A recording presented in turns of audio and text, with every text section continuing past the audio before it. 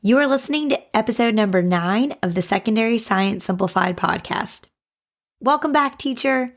This month's episodes are all about how to balance multiple preps. Last week, we covered the importance of being strategic with where you focus your energy. So make sure to head back and listen to episode 8 if you haven't already. Today, we are going to talk specifically about how to lesson plan for all those preps. And I'm going to share with you my 5 best tips for managing it all. Let's get to it. This is Secondary Science Simplified, a podcast for secondary science teachers who want to engage their students and simplify their lives. I'm Rebecca Joyner from It's Not Rocket Science. As a high school science teacher turned curriculum writer, I'm passionate about helping other science teachers love their jobs, serve their students, and do it all in only 40 hours a week. Are you ready to rock the time you spend in your classroom and actually have a life outside of it? You're in the right place, teacher friend. Let's get to today's episode.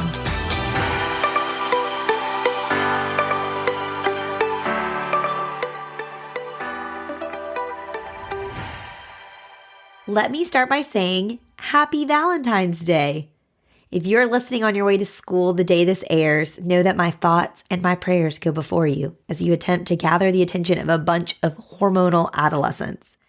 And if you haven't already, it isn't too late to snag my free Valentine's Day high school science activities. I made one for biology, one for anatomy, one for physics, and one for chemistry. They all come in a short PDF document and are entirely student-centered, meaning virtually no prep for you on your end. You could literally get to school and print them today if you wanted and use them with your students. Just head to bit.ly/INRSVday or click the link in my show notes to join my email list through that link. You will immediately receive an email with the download link. So if you don't see it, check your promo folder, check your junk folder. It should be there right away if you don't see it in your inbox. And if you still don't see it, it may be because you used a .edu email address, so I recommend using your personal address to make sure it gets to you. Now, in general, I'm not a fan of doing things the day of like this because I think one of the best ways to serve your students and yourself, especially if you're balancing multiple preps, is by being incredibly strategic with how you lesson plan for all of those preps.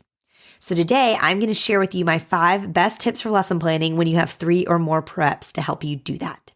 So first, batch lesson plan. This is so important, which is why I put it first. All of the other tips I'm going to share with you are really only possible if you are doing this first. And so what I mean by batching is doing a lot of the same thing at once. And particularly with lesson planning, I like to batch lesson plan an entire unit of lessons at one time. Why? One, it is so much faster to do it this way. If you are writing all of your lesson plans for cells, your brain is focused on what students need to know about cells and what they need to be able to do in regards to cells. And it allows you to be faster and also more efficient.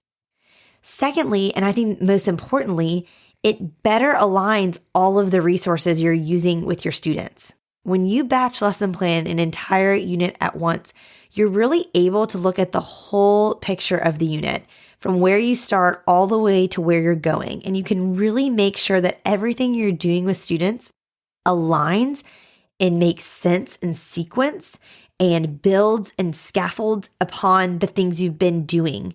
As opposed to when you're just kind of making a few days at a time, you just cannot do that as well.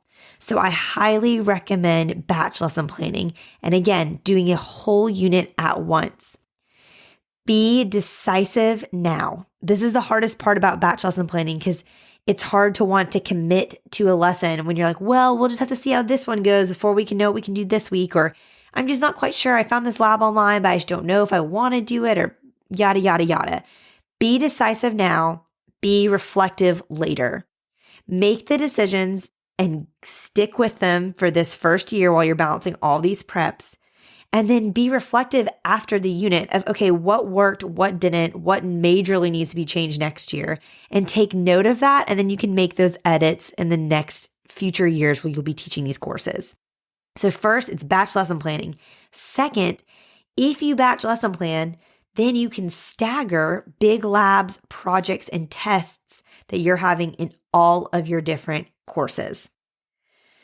When you are able to stagger your scheduling of big labs that require a lot of prep work for you on the front end, or maybe space in your classroom you don't have of all of the lab prep, or you can stagger projects you're going to have to grade, which take a lot of time, or tests you're going to have to grade that take a lot of time, it makes all of the difference. And don't worry, we're going to talk more about grading for all of the preps in next week's episode, so stay tuned for that.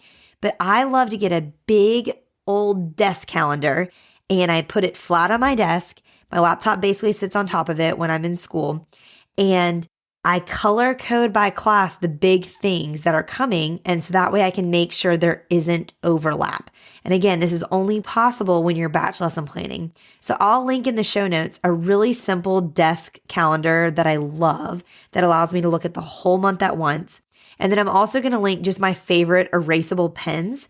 This allows you to still color code by class, but also erase and make changes when you need to shift things. And that's the beauty of batching and committing to a unit's worth of lesson plans. It's so much easier if the pacing doesn't go how you expect to make changes when you already have some things set into place. So for example, if a lesson goes a lot faster than you anticipated, you already know what's coming tomorrow, so you can go ahead and push forward if you want. Or if a lesson plan goes more slowly than you anticipated, all you have to do then is inch everything back a day. And it just doesn't become this whole big ordeal of never knowing what's next. You can really look at the unit as a whole, which I love doing. Okay, my third tip for how to manage lesson planning for all of the preps is to make your lessons as student-centered as possible. The more the emphasis is on your students rather than you in your lessons, the better. If you missed it, I want you to head back to episode 7 where I interviewed Skipper Coates from The Real Miss Frizzle, because she shares super simple and practical strategies for taking one-dimensional teacher-centered lessons that we all have and up-leveling them to make them three-dimensional and thus more student-centered. Because here's the deal. I have personally found that student-centered lessons, one, retain my energy much better because it's not all on me. 2, they allow my students to retain the content better and the skills that I want them to achieve. And 3, they can actually be a lot easier for me from a planning perspective, because often I found if a lesson is more student-centered, I end up making the lesson plan a lot simpler for the sake of my students. As opposed to, I would never give my students a really complicated lab and just send them off to do it on their own. And those types of labs require a lot of prep. I make the lessons a lot simpler when I'm expecting students to be the ones essentially running the lessons. If you're looking for more specific examples of student-centered activities, stay tuned. I'm going to share more examples in an upcoming episode in March. But I promise you, the more student-centered your lessons are, the faster you can often make your lesson plans. And again, you're going to be engaging your students better than when you're writing teacher-centered lesson plans. My fourth tip for managing lesson planning is to make copies only once a week, and really preferably as few times as possible, maybe once a month if you're really batch lesson planning by unit. We all know the anxiety of being stuck in traffic on the way to school, knowing you still need to print copies for that day, or the stress of trying to run to the copier between classes for the next class's materials, only to get stuck behind the lit teacher who's making 30 copies of a short story that's 40 pages long. Or maybe you know the rage that I have personally felt that fills you when you do take the time to get up early and get to school at the crack of dawn to make your copies, only to find out when you get there that it takes 20 minutes for the printer to warm up and turn on, and or that the toner is empty and the school office manager needs to order more. Or maybe they have toner, but there's only one person in the building who's authorized to change it out and they aren't in school yet, whatever it may be. Not speaking from personal experience or anything if you can't tell. But here's the deal. If you're batching, you can totally do all of your copies by unit, and it saves all of the headaches from all of those examples I just shared with you.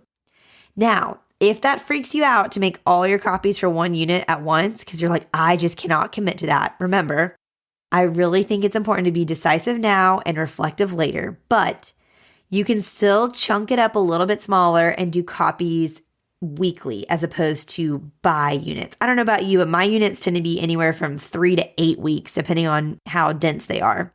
So you can chunk it up weekly if that feels better to you. Just pick one afternoon, and that's your afternoon that you stay and you make your copies and you knock them out while you catch up on grading or something like that. And this is one reason I really love using a packet organizational strategy when I'm batch lesson planning for an entire unit.